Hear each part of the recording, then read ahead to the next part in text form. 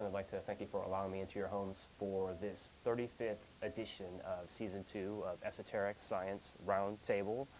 And let's see, to start with a couple of quick announcements, the number 35, like my show today, also has some significance for a particular individual, and that is Chris Athanas. And I would like to wish Chris Athanas a very happy birthday today. Hope he's doing well.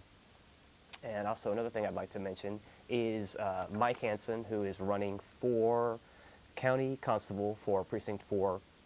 And he is still needing folks that have private property that would be willing to put up some signs. And this is private property in South Austin in particular. And if you folks are interested, if you could please consider calling one of these two numbers, Mike will certainly get back to you. And again, if you have some private property down south that you would like to offer up for some of these signs, and really the high traffic, high visibility areas are in particular what would be beneficial to really get the word out that, hey, Mike Hansen is running again for, in this case, for the county constable, but he's still going to need some help with the signs and just getting the word out in general. So if you folks have any interest in helping out, please consider calling one of those numbers. And I'll bring this up again towards the end of the show to remind folks as well. But again, thanks for considering that, and if there's any way you can help Mike, there are a lot of folks that would appreciate that. Okay, and today's topic, I would like to discuss ray influence. And what I mean by ray in particular is another term for a quality of energy. And so in manifestation, at any given time, we're going to find 7 distinct rays and different blends of these 7 rays. And just to give a quick analogy, just as in music, there are 7 notes, and then the 8th note becomes the octave. And just as in with white light, if you put white light through a prism and break it into its component parts, you have 7 distinct colors, 7 distinct frequencies that are all part of the one total, part of white light. And so anything in manifestation is going to be comprised of rays, and they're going to be an amalgamation or a blend of different ray types. And so keeping that in mind, rays influence, again, everything in manifestation. So whether that would be a person, a place, an event, different things are going to have a ray influence. And also, too, if we consider the newborn person and a newborn babe coming to this world, what is going to determine what opportunities they have? And a big portion of that is going to be the ray influence that is part of this person's makeup as they come into incarnation. So we can consider the newborn babe coming into this world. One thing that would be helpful in this instance to consider is the idea of reincarnation. And that, as a lot of religions and philosophies teach, that there is a recurring of the life force, that it comes into incarnation in a particular physical vehicle, it goes through its life lessons, passes out of incarnation in that vessel, and moves on to a more appropriate and proper vessel. And so the life force evolves in that sense, and there is no stagnation, there is a constant movement, and it's just a shifting forth between one focus of consciousness to another.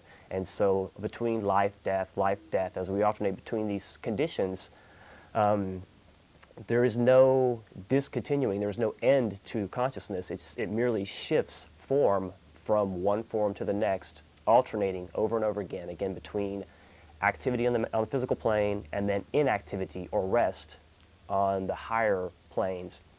And this, what we would term death, and this process going back and forth. And so if we consider, based on reincarnation, certainly a person is going to find themselves born into certain circumstances based on their previous actions, reactions, and what they have built into themselves by virtue of that building up process over time, many lives. And that certain people are going to take more advantageous use of the time, and some people are going to waste away their opportunities in each life and not be so concerned about learning life's lessons as they are about being distracted by material things and things of the world, as they are sometimes termed. And so if we consider that different individuals are going to come into incarnation with certain opportunities. Again, keeping in mind that reincarnation is going to offer the first set of opportunities that will allow one to grow and have some evolutionary expression, but they're going to be comprised of rays as well.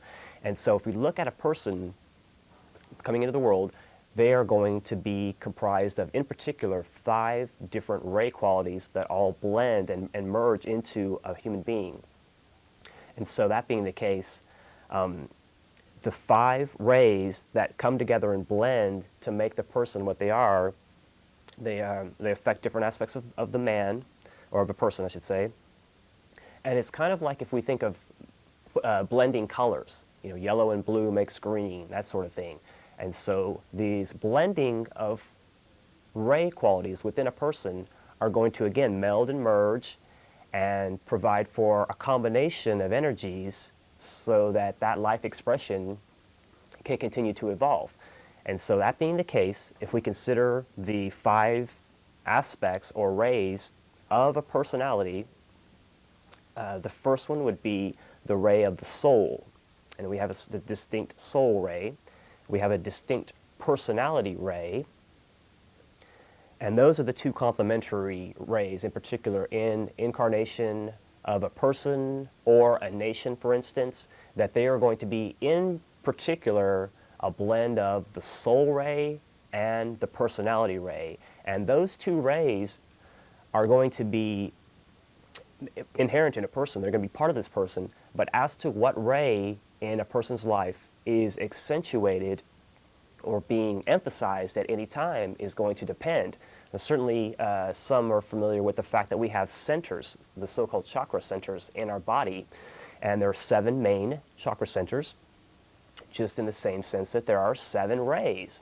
How convenient is that? Well, it all ties in again to the natural reoccurring of 7s, and 3s also we can take in consideration as well. But for this evening's discussion, we'll concentrate again on 7. And the number 7 reoccurring through evolution, providing the basis for this continuation of consciousness to go through different forms and evolve through this process. And so again, these ray types, again, the melding of the soul ray and the personality ray are going to be the 2 main complementary aspects. And again, some people are going to be more aligned or inclined towards the personality and the more material aspects of living on this planet. And then some people will accentuate or emphasize the soul quality, and that will be the dominating factor in a person's life. And this all depends on, again, the evolutionary process and what each individual's focus and motivation is at any given time.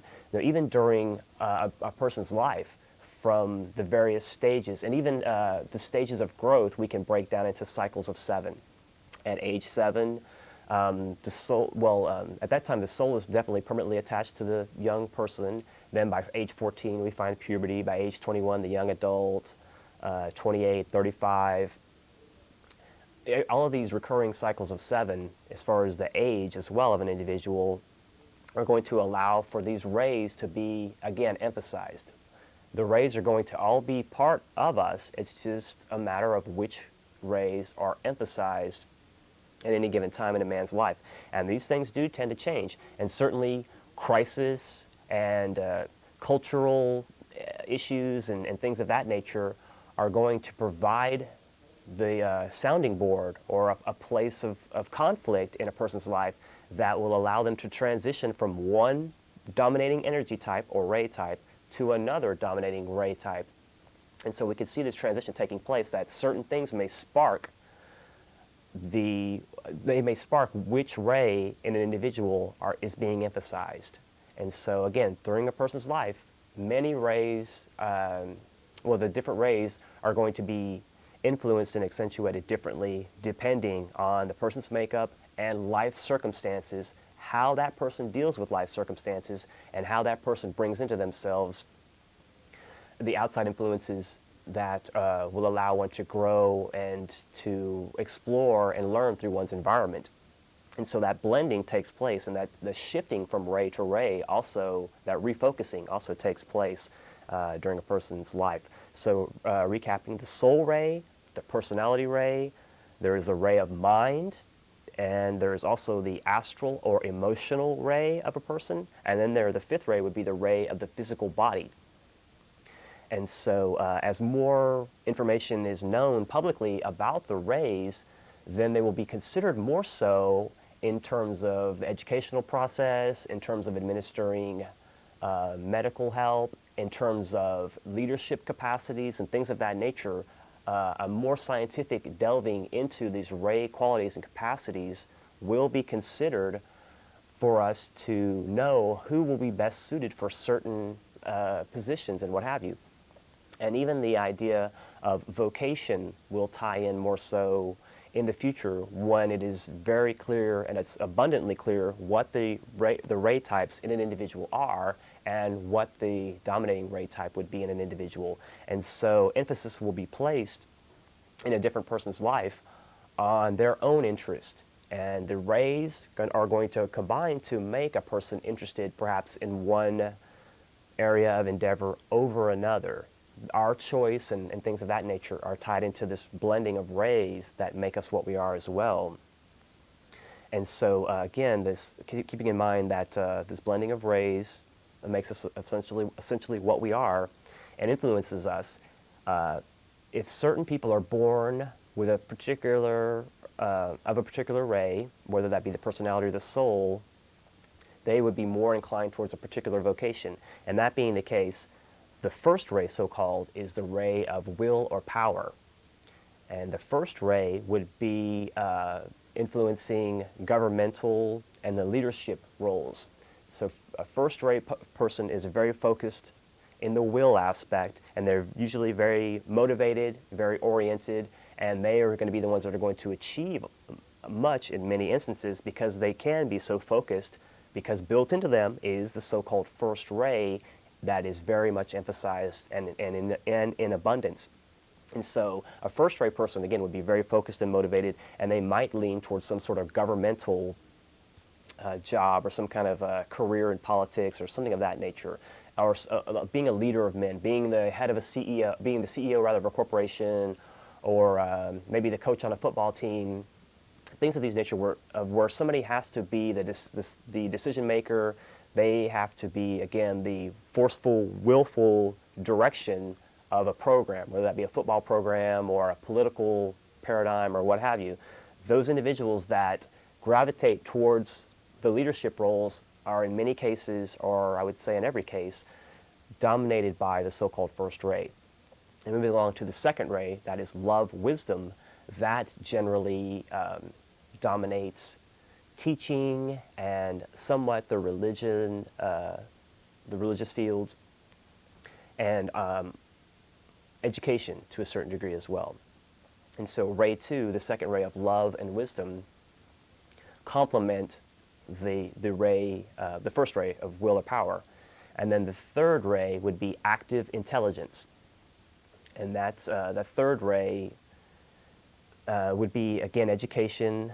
I know I did say education was with the second ray as well, but there's still some blending and merging where certain ray capacities and qualities carry over to other vocations as well. So active intelligence would be more of the educational field and things of that nature.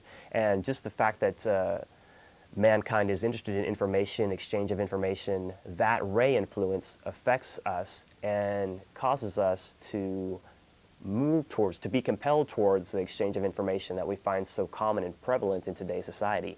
And again, keeping in mind, these blending of rays at any given time affect us and essentially make situations available for us to take opportunity with, or they basically provide the background for a lot of different things to take place. And also keeping in mind that we have ray influences constantly coming in from other sources as well. There are going to be different rays that would govern, for instance, the mineral kingdom, the plant kingdom, and the animal kingdom, and as well as the human kingdom, and the kingdom above the human, which is known as the kingdom of heaven, or the hierarchy. Some would term them masters of wisdom, Christ and the church invisible. And so these qualities also are embodied within different vast groups. Again, like I said, a whole kingdom in nature would embody a particular ray quality, generally speaking. And so keeping in mind that these influences do affect us at many levels, and also too, other planets, other constellations, different aspects of our solar system, and again, the larger cosmic aspects all tie in, and they have their various ray influences that meld, merge, and amalgamate, and they blend at any given time to allow us for the potential that we have. Now, this may sound a bit like the astrological influence that we have available to us, and it does very much tie into that the same ray energy that is exchanged throughout the universe and throughout the planets and all the lives that are evolving on the different planets, that this ray energy, again, is infiltrating and exchanging and moving through all creation simultaneously. And so there's always a mixture and merging of different rays available at any given time. And let's see, also moving along, the fourth ray would be harmony through conflict, and that would be the ray that the artist would find themselves on, a person involved in music would find themselves on that ray of harmony through conflict, or the fourth ray. And again, it has its own inherent qualities and capacities. The fifth ray of concrete science is a bit more self-explanatory, and you would find men that were, or individuals rather, that were more inclined towards scientific unfolding, the scientific fields, lab work, and things of that nature, the discovering process. And archaeology, for instance, would be another one too. Those fields would be characterized by the fifth ray, concrete science. The sixth ray of devotion has been the ray over the past 2,000 years, which has dominated the so-called Piscean age. And so again, we can fill this out a bit more, that these rays, so-called, influence a cultural age, an individual life, a planetary life, animals, plants, minerals. All things, again, are made up and comprised of these rays, and they merge and make a person or an individual or a plant or what have you, what they are. And so for the last 2,000 years, roughly speaking, we've had the so-called Piscean influence tainted by the sixth ray of devotion. And we find during that past 2,000 years that we have had almost fanatical ideologies and real extreme views towards being devoted to a particular religious ideology, a particular political affiliation, just a particular philosophy of life or what have you. You're going to find that over the past 2 years, people were very firmly entrenched and rigid and just really, again, just really fixed and stuck in their particular devotions. And they would be so focused on these devotions that they would shun other influences, because again, being devoted to, for instance, Catholicism, wouldn't lend itself to considering Islam, for instance. If you're that one-pointed and focused, and again, other ray influences, as I mentioned earlier, the focusing and the will traditionally is relating to the first ray of will or power. But also, if one is fanatical about their devotion, then certainly that ties into the sixth ray in that sense as well. And so, but we see that this fanaticism and this being just so focused on a particular ideology passing away and moving out of incarnation. And so that effect is lessening. Just as I said earlier, even in the man's life, different ray influences are going to be the dominating influence at a given time, and they're going to make the man seem to be a specific way. If they're more in the personality, they're going to be more materially oriented, and if they are more focused in the soul ray, then they're going to offer that expression to their fellow man, and they will be perceived as being more in emphasis of the soul. And the more individuals are aware of the ray energies and the capacities and qualities of the rays, again, the more it will be considered in the future as part of how we gauge and assess individuals and what they are going to be best suited for in some respects. And this is not so much of somebody making a decision as to, who would go to university, for instance, and who would go to a trade school, like in the German system. This would be more so that the inherent capacities in a person would be so overwhelmingly abundant and clear to all parties concerned, again, through a scientific method, that it would be very clear as to what the likely path for an individual would be. And so considering that as individual people move, again, through this ray process and certain rays are emphasized, that the process of evolution continues and continues, and as a perfecting takes place, and an individual no longer needs to incarnate. This would be the term of masterhood, for instance, where one has passed any longing for the material plane, and they no longer need to reincarnate. They've passed that point of evolution, and so they, at that point in time, can dedicate their further evolution and life expression to some form of service. And they will gravitate, just like the man choosing a career, these masters, so-called, will gravitate towards a specific ray energy and influence, and that will dominate the work that they do. And so they will take into their groups those that are sympathetic to a particular ray. And so as a person becomes more involved and interested in these energies and this blending of energies and this exchange of energy and how that takes place, individuals will focus more so on what their own ray types are, and they will work to fit themselves, again, upon this path of return to divinity and to spiritual approach, that one can custom tailor oneself to a specific ray energy and fit oneself for the work that one is best suited for, and to ultimately find oneself affiliated with one of these so-called ashrams or groups of a master,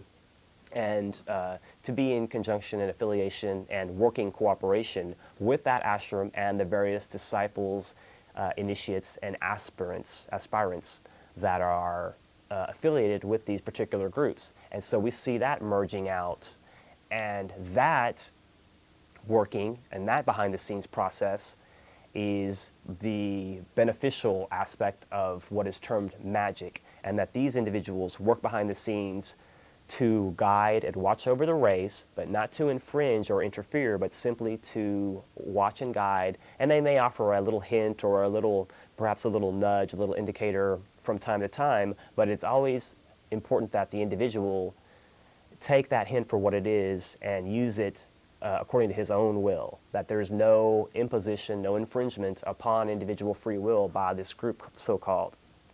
Conversely, you have a whole other body of individuals termed the Black Lodge, and they twist, turn, and desecrate. They make what is good bad, essentially. And that is what we might consider the yin-yang, the black and white complementing one another to make a whole. And so all things in manifestation, again, are going to be influenced by rays and qualities of energy, and they're going to be opposing one another to a certain degree. And that's how we get the contrast, and that's how we get the differentiation in manifestation, that all things are not all good, all things are not all bad. You have, again, a blend, a merging, just in the same sense that you have the merging of rays. Again, yellow and blue make green. You have a blending that makes an overall appearance, an overall quality. And that there are these individuals, so-called the Black Lodge, that work, again, in the dense material, the dense material nature and matter of this planet, and they work through that form, and they work through the emotions and the so-called astral nature, and so they have dominion. And since so many people are tied to their emotional nature, and they are emotionally centered and centered in the so-called astral world, that this Black Lodge activity seems to have a lot of power and a lot of dominion over what takes place on the earth. And so many people look at things as being very negative, very gloomy in appearance, in all seemingness. And that is understandable because so many people, again, are affected emotionally, and those that wish to enslave us work upon the emotional body, and they work on that emotional or astral plane, so-called. That is the center of their focus, and that is the seat of their energy and their capacity to move energy, and force, which is, again, termed magic. Now, again, prostituted to selfish uses, that is generally termed black magic. put towards selfish, altruistic, and using this effort or this focus towards the common good is termed white magic. And so we see this moving and shape and shaking and this wrangling behind the scenes always. And then this wrangling and this influence finds its way into the minds of men. And so certain influences are going to be impressed, again, into the minds of men. And certain qualities, again, certain ray qualities are going to dominate a certain cultural age, a certain country, a certain person, and they're going to be sympathetic or magnetically gravitate towards those qualities. And so we see people that, for instance, have the first ray very strong in them that are going to gravitate towards perhaps some kind of a governmental position, some kind of a maybe city council position or something of that nature. And they'll feel motivated or compelled to lead other individuals. Just in the same sense that those that seek to heal, the healers of the world would be more focused on the so-called second ray of love, wisdom, and they would gravitate towards, again, an occupation, healing, perhaps teaching, that's going to be in line with that quality. And so that's always the case, that these amalgamations of rays are taking place and they're wrestling for position. And this is, again, is kind of like the astrological implications, that once we understand more so what these blends of energies are and how they affect us, then we can see how to make the best, most optimum use of the rays, and how we can bring that in for our benefit, for the helping of others, and the evolutionary unfoldment of all life everywhere. And if we keep in mind, again, that a nation would have a ray type, in particular personality and a soul ray, I want to give a few quick examples to hopefully help tie this in a bit, and we can see some correspondences. And once we understand more about the rays as well, you can see, just like in astrology, there are corresponding things taking place, and you can read intuitively more so into these circumstances and see behind the scenes a bit more. And that's the whole essence of esoteric science, is to look behind the scenes, look at the cause that leads to the physical plane effect.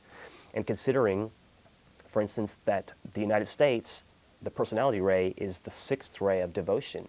And we find that Americans are very devoted to many ideals. Many of them are devoted to the ideal of freedom. Many are devoted to still their political affiliations and their religious affiliations.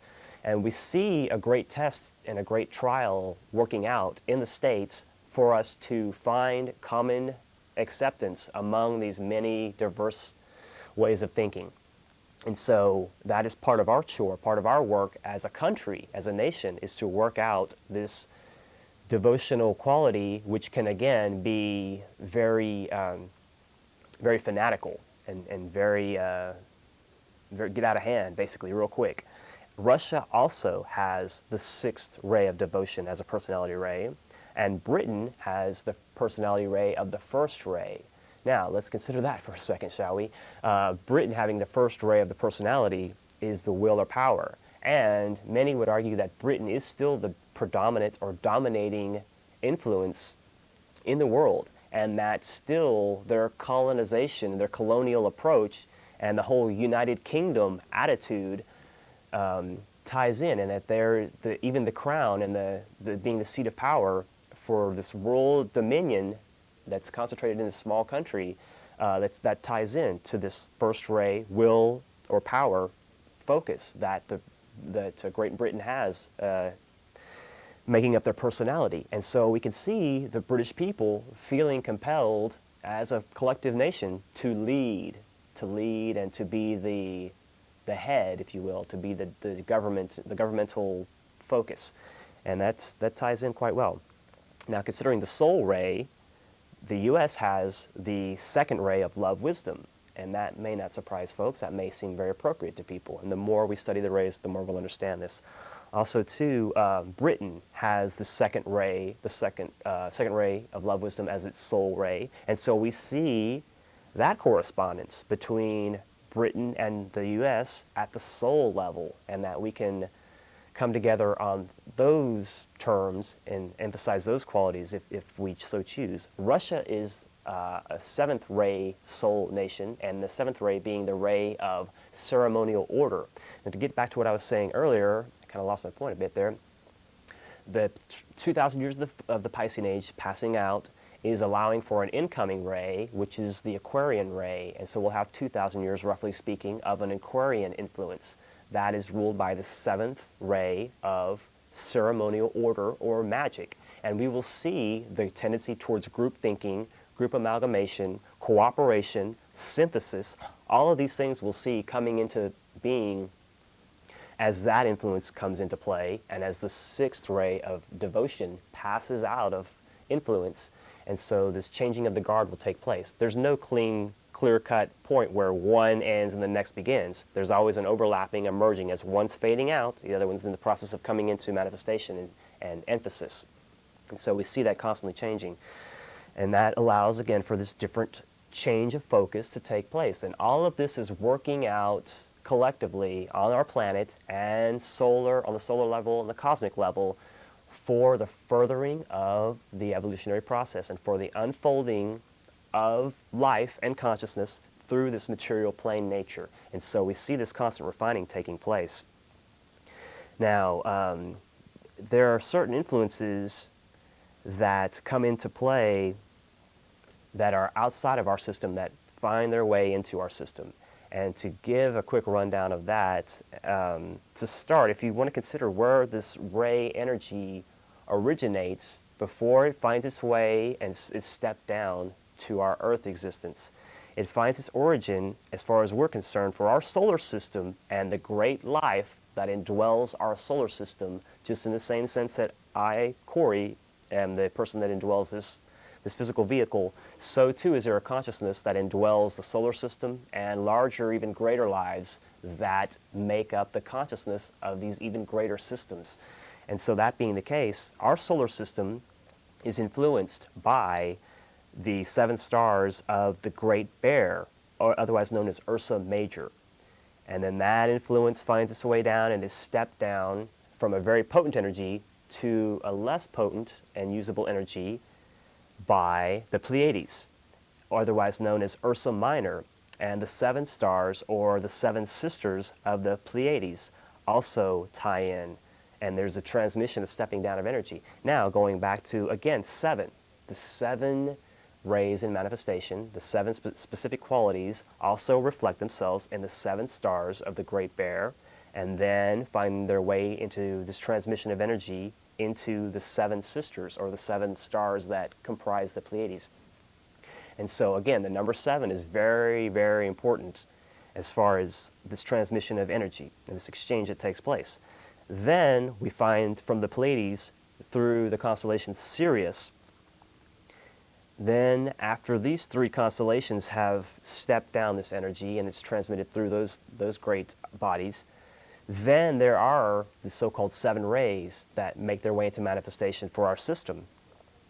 Then these 7 rays find their way into further fanning out through the 12 constellations of the zodiac. And then they ultimately find their way to our little Earth, our little globe, Earth, and these 7 rays are in turn stepped down once more, and they are known as the 7 spirits before the throne of God. And that is a biblical reference that might have some meaning for some folks.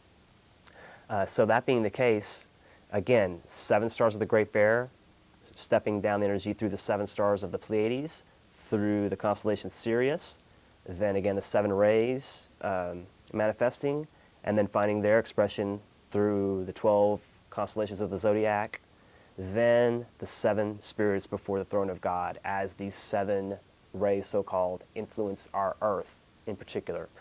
And so it's just a matter of stepping down this high potency of energy down to a usable energy. And that's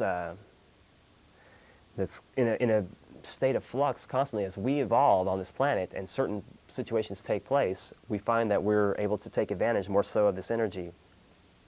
And it's going to allow for certain unfolding of consciousness. And that's something that in the future will be more considered and more tapped into and taken advantage of. Let's see if I can get into some of the other aspects of this as well. Let's see. Also, too, keeping in mind that the main bodies of an individual are the etheric or the energy body, the emotional or astral body, or the mental body, that those three primarily make up a person, and that those have their own influences based on this ray transmission. And so we find that the Earth is tied to our etheric body, Venus is tied to the astral or emotional body, and Mercury is tied to the mental body. And that ties in very accurately to astrological considerations. If we understand that Venus has always represented love and the heart and that sort of thing, Mercury, in its rapid rotation around the sun, represents mind and the messenger, and then our Earth itself represents the energy that animates the physical body. And that's another tie-in as well, that these ray energies find their way all through all things in manifestation to condition certain action and to basically make us what we are. And so that's something to keep in mind as well. Also, too, considering the activities of certain individuals. Certain individuals, again, are so compelled by ray energy that they move and motivate themselves according to that ray, and they will do much to emphasize that ray quality. And some of the people that have maybe more humanitarian leanings would find themselves into the proper organizations. And considering, too, that these same ray influences influence, again, the good or the bad alike. And so those that are seeking to enslave humanity and those that wish to impose their will upon humanity are answering at the highest levels, at their innermost way, they're answering to this ray influence. And so they're compelled, a lot of times outside of their understanding, towards a certain leaning, towards a certain way of thinking. And again, like for instance, in leadership and politics, a person that has the first ray of will or power is going to be more inclined to find themselves in a position of power or in a position of leadership or politics or what have you. And so considering that, that's why we find certain individuals more inclined towards, again, a government role or what have you. And this, a lot of times people do things outside of their understanding. They're compelled, again, by these ray types, and they do things without really so much thinking, but feeling them out, intuiting things as opposed to just trusting your instinct. And that pans out, again, too, through certain individuals that feel, again, compelled to do certain things. And that would be, again, the same instance of like a Hitler, for instance. He was a very first-ray individual, very focused in the will or power aspect, but he took that energy and, again, prostituted it, twisted it, contorted it, and changed it to his own selfish ends, so that his focus and his will or power was focused on subjugating and enslaving others and killing other individuals. And so we can see how this energy can be distorted and changed if it's not properly expressed through the human vehicle and through the planet. And so it can be easily twisted and distorted, and it can cause much damage just as much as it can cause good. And so much disruption and much upheaval takes place as a result of the first ray. First ray influence will destroy the existing in order to lay waste to an old concept so that something new can build up and be reborn in its place. And we see that process of building up and tearing down over and over again. That the first ray destroys, the second ray of love wisdom comes in to heal and seal and soothe the situation through their active intelligence. And so this working out through the third ray of active intelligence in conjunction with love would, again, heal or seal the destructive work of the first ray. And so we find the complementary workings just in the same sense that when a bird, for instance, or an animal dies, gets run over by a car or something, you find that the subsequent animal influence, you find maggots coming in and things of that nature to come and clean up, to come and break down completely and making use of what was old. And so that it's just a constant process that all things in manifestation have their place. And that is something to consider as well in this idea of ray influence. Let me go ahead and grab a couple calls and see what's going on. Hello, caller, you're on the air. Hi. I'll be real brief. Quite brief there, young fella. Hey, thanks for watching nonetheless, brother. Take care. Hello, caller, you're on the air. Hey, this here's Mo. Hey, Mo, how's it going? Well, good. I wondered if I might mention a concert coming up. Sure, help yourself. Okay. Confusatron Sunday at Emo's with Helios Creed. I've heard of Helios Creed before. It would really be a treat if you could come check that out. Have you ever seen the movie Mystery Men? I haven't, no. Well, you would absolutely love it. Really? You've heard of it, though, with Janine Garofalo. She's the bowler. Oh, they're silly cartoon characters? They're the bowler, the shoveler, the spleen, the Sphinx is their leader. I've heard of it. Well, if you look on the cover of it, it's very much set up sort of like a psychedelic tree of life, and all the characters correspond, and it's really just good energy in the movie and just an edifying, funny, awesome thing. You'd sure enjoy it if you checked it out, but hopefully we'll see you Sunday at Confusatron. It'll be a good one. Okay, sounds good. Hey, thanks for the tip. I appreciate that. Talk Take to care. you later. Hello, caller, you're on the air. Hello. Hi. I want to tell you about one show. Okay. I want to discuss one topic. Hello. Good. Yes, go ahead. I'm going to discuss one topic on your show today. Yes, please. What exactly are you trying to tell? You're cutting out for some reason. Okay, sorry about that, caller. Let's go ahead and move on. Hello, caller, you're on the air. Hello. Hey, how's it going? Hey, Corey. Hey. I was just listening. Just got home, turned it on TV, man. Caught your show. Finally. Great. Cool. It's Mike. Oh, hey, Mike, how's it Hey, going? what's up, bro? And I caught you were talking about how everything has its place with your example of the maggots. That was cool. But my question, actually, when you were talking about the different bodies, I've come across the term astral body, like you mentioned, and astral traveling. I was hoping that you would elaborate a little bit more for me about the astral body and astral traveling, and if you have any examples of either, I'd appreciate it. Okay, let me go ahead and hang up, and I'll finish that up. Okay. Basically, as far as the astral body or astral travel is concerned, if you think of the human body as having different levels, all tucked into one, the only way that things can fit together that way is if they are at different vibratory rates, and so that they can fit into one another. So something very dense would be the lowest, something less dense would be able to fit in, if you can understand like the science and the physics of that. And so all these bodies, really not so much the dense physical, I mean, that you have to factor that in, but the energy body that animates it and moves the blood through the system and animates our nervous system, that is called the etheric body. And there's an etheric plane or realm just as well as there is the dense physical that we're very familiar with. The astral is the plane whereon one finds oneself in the dream world and when one is freshly deceased. It looks like my producer's putting up a good book that you might want to consider as well. But the whole idea, again, is that the astral body is the place that we find oneself after death and during the dreaming at night. A portion of us leaves the dense physical, which is the astral and our mental. The etheric stays to keep the blood going and keeps that system working.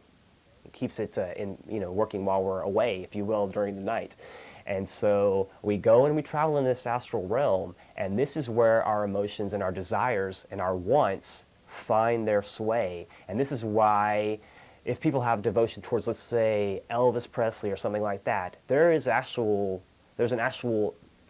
astral composite of Elvis that's built up over time because people have paid aspiration and devotion and emotional energy to Elvis or Jesus for that matter, that there is a real, almost living on its own creation. And so we find that the astral aspect is very valid and very real. It just hasn't really been widely regarded by science yet. And then above that we find the plane of mind, which is the plane of causes. And that is the plane upon which Christ and the Church Invisible, or the so-called masters, work. They work with mind. The dark forces work with the emotions or the astral plane. And so they can manipulate our emotions, and that's what they do through the mass media, through public perception. they play on our emotions constantly, and that is their means of manipulation. Whereas influencing the minds of men, again, not imposing, but impressing and influencing, is the work of the hierarchy, so-called, and Christ and the church invisible. And they work in these fashions. Again, everything has its place. And so even the most horrific thing you can think of has its meaning and its place within our physical world or what have you. As far as astral travel is concerned, if you make it to one of the meetings in the near future, I would ask that you consider talking to Christy, who is one of the producers for Jeff Contreras' show, Therefore I Am, or if you run into Chris Athanas. These folks actually have experience, practical experience in this astral travel.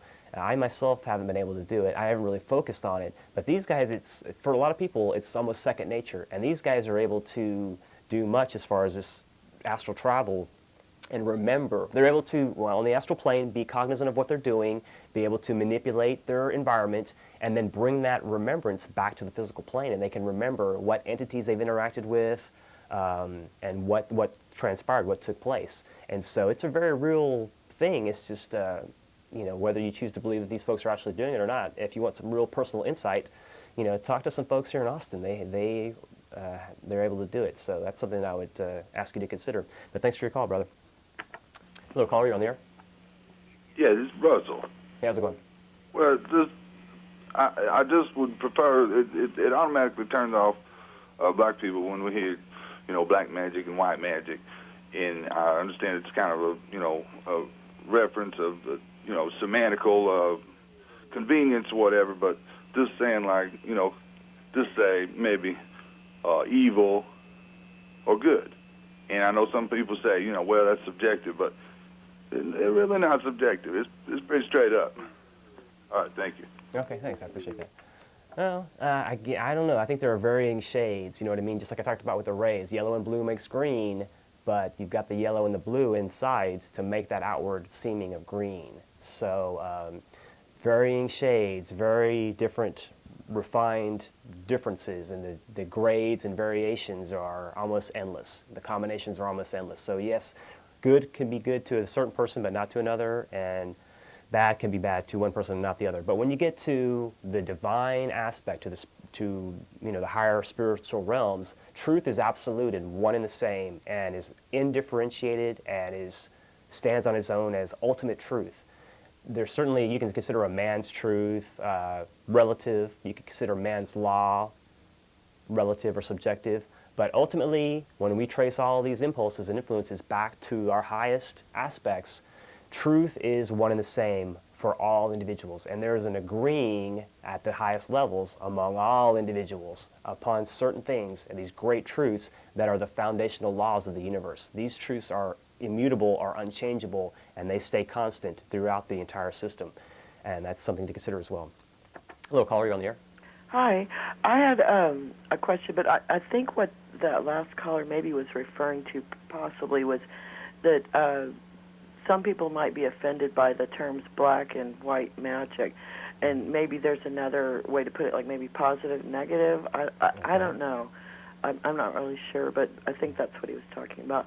But I was going to ask, do you have any decent websites to recommend on this particular topic about the ray influences, or is there a particular search term so I can find out what my influences are, or how? Where do we find this information? Sure, I would say you can type into an internet search engine, 7 rays, the 7 rays. There is even a so-called university of the 7 rays. I mean, there are different individuals that have formed groups around this concept of this ray energy, and they emphasize it, and like you're saying, they use these capacities to accentuate in their own lives certain qualities that they might be more focused in because they're maybe a first-ray person, a second-ray person, or what have you. But I would just perhaps type in the 7 rays, and you'll find them broken down in different ways as far as how they influence people. But an author, Alice A. Bailey, has written a whole lot about the so-called rays. Now, in all honesty, unless you have a little bit of background into some of this stuff, it might be a bit over a person's head. and it just depends. I don't know. I mean, some of that stuff is also free on the internet as well. If you wanted to check into some of those sources and see if it means anything to you, but just in various. I think you're just going to have to pick it out of various other sources. There isn't really one overall great, Right. great one thing I could recommend, but maybe perhaps the Alice Bailey writings. And again, she's written a lot of books, so there was a particular book called The Rays and Initiations, and there's also a book called Discipleship in the New Age, 1 and 2, as a two-part book, and that is actual practical instruction given to students of a particular teacher, and he tells them, your rays are this, your soul ray is this, your personality ray is this, and then they can take that information and use it for their own benefit for group work. And that was the whole key, to understand how these rays influence you so that you can form a group work, a group endeavor. And that's for the future. The group forming under particular ray influence and the group work under particular ray influence is going to dominate future teaching, healing, politics, all those things. I mean, sometime in the future still, but the embryonic initial, the start towards that has already begun. So those are what I would consider. Maybe just typing 7 rays into a search engine to see what comes up. Okay. From there. Thank you very much. Thanks for your call. Take care. Hello, caller, you're on the air. Hi. Oh, there's just so much I want to say, but I don't have enough time. But you said there's just not one major source of information. Mm-hmm. But I don't want to be dismissed as a Bible thumper, but there is one major source, and it is the Bible. And the reason people dismiss it as the major source is they read it once, and then they think, well, I've read the Bible. But the Bible is a living thing. Agreed. The Bible is the living Word of God, and it's to be read every day. And in it, God says for us to not trust in the astrologers or astronomers or the heights and the heavens, but only in Him, and He would show us the way in if we trust in Him. And I'm probably twice your age. I've already buried a son older than you. Wow. And I've caught my husband cheating. I walked in on my husband cheating with women in my bed, and went in the kitchen and made them iced tea. And people go, "You're crazy." But you see, that comes from the strength that comes from the Bible. The astral rays and the colors and everything that you're talking about don't give you that kind of strength. No one else. How many people do you think that catch their spouse cheating on them, go and treat them with kindness? Probably like not the that Bible many. says. Right, I would agree with you. And I'm going to let you go on that note, but I will comment a bit on that. That's very unselfish and very allowing and forgiving and true. Many people would not be able to follow the example of Christ to that extreme degree that you are speaking about in your example. And so I commend you for having that moral fortitude and that moral compass, whether you derive it from the living word of the Bible or from wherever you derive it. I commend you nonetheless. But there are certain sayings in the Bible. Who can resist the sweet influence of the Pleiades? Those words are not written in the Bible for no reason. And my producer's putting up a little blurb. But nonetheless, the living essence of it, I think using this information only emphasizes and accentuates an understanding of the livingness of Christ, in my estimation. That is how I choose to use this information for the uplifting and unfolding of humanity through selfless service, but based on the life example of the man Jesus through Christ. And that has its own ray implications that many books could be written about in great detail. But nonetheless, thank you for your call. I do appreciate that. Hello, caller, you're on the air. Yes, good evening. Hi. Yes, actually, my name is Raymond, believe it or not, and I've never seen your show before. I just got cable TV. Cool. And the last woman I totally, that for her to make them a glass of iced tea. Actually, I caught my wife in bed a couple months ago with a buddy of mine, and what I did was I went and gave him a $100 bill so he could have money to pay the next whore. But no, I'm not. No, totally. What you're talking about, I'd like to see. As far as you're talking about rays, I've done a lot of study with astral projection and whatnot. And can you expound anything on your information as far as bright white light, the protection and healing of bright white light? I've been taught in many meditations to surround myself with bright white light, God light, and anchor myself to the astral planes. Can you tell me more about that? Sure, I will. I'll let you go and I'll comment on that a bit.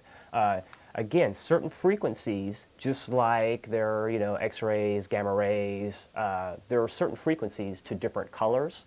A radio frequency has a specific frequency, whether that's, 91.9 or whatever it may be. We can tune in, and just in the same sense, you can tune into a color, or you can tune into a frequency or a vibration. And white light is certainly one that is brought up a lot as far as a healing or a soothing, sanctifying, condition. But just in the same sense that violet light would be emphasized in healing,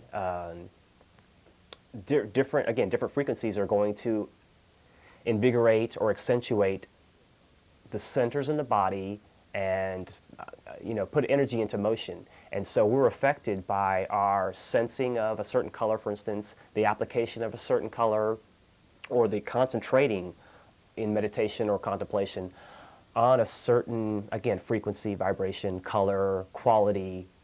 All that ties in. It's just different names for essentially the same thing, because everything is a varying degree of frequency in a form. And so some are more refined than others, and have their own characteristics and qualities accordingly. But thanks for your call. Hello, caller, you're on the air. Hello. Hi, how are you? Oh, well, thank you. I enjoy your show. Thank you. First of all, but I saw a blurb up on the screen, and I had a question about that, and so that's why I'm calling in. You had a statement up on the screen that said there's no religion higher than the truth. Yes. Okay. That strikes some questions in my head, and I suppose that's why you give those blurbs.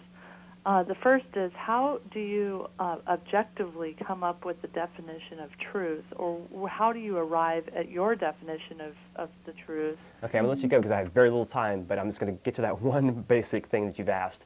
Again, as I said earlier, truth at the higher levels, at the divine spiritual level, is one and the same. It is indistinguishable, it is immutable, it is unchangeable. Once we filter down into this world of manifestation, then we have to adapt and adopt our best impressions or interpretations of what that may be. So, for instance, the Constitution and the Bill of Rights is the most, in my humble estimation, the best reflection of divine law made manifest into some physical document. And that is one example of that.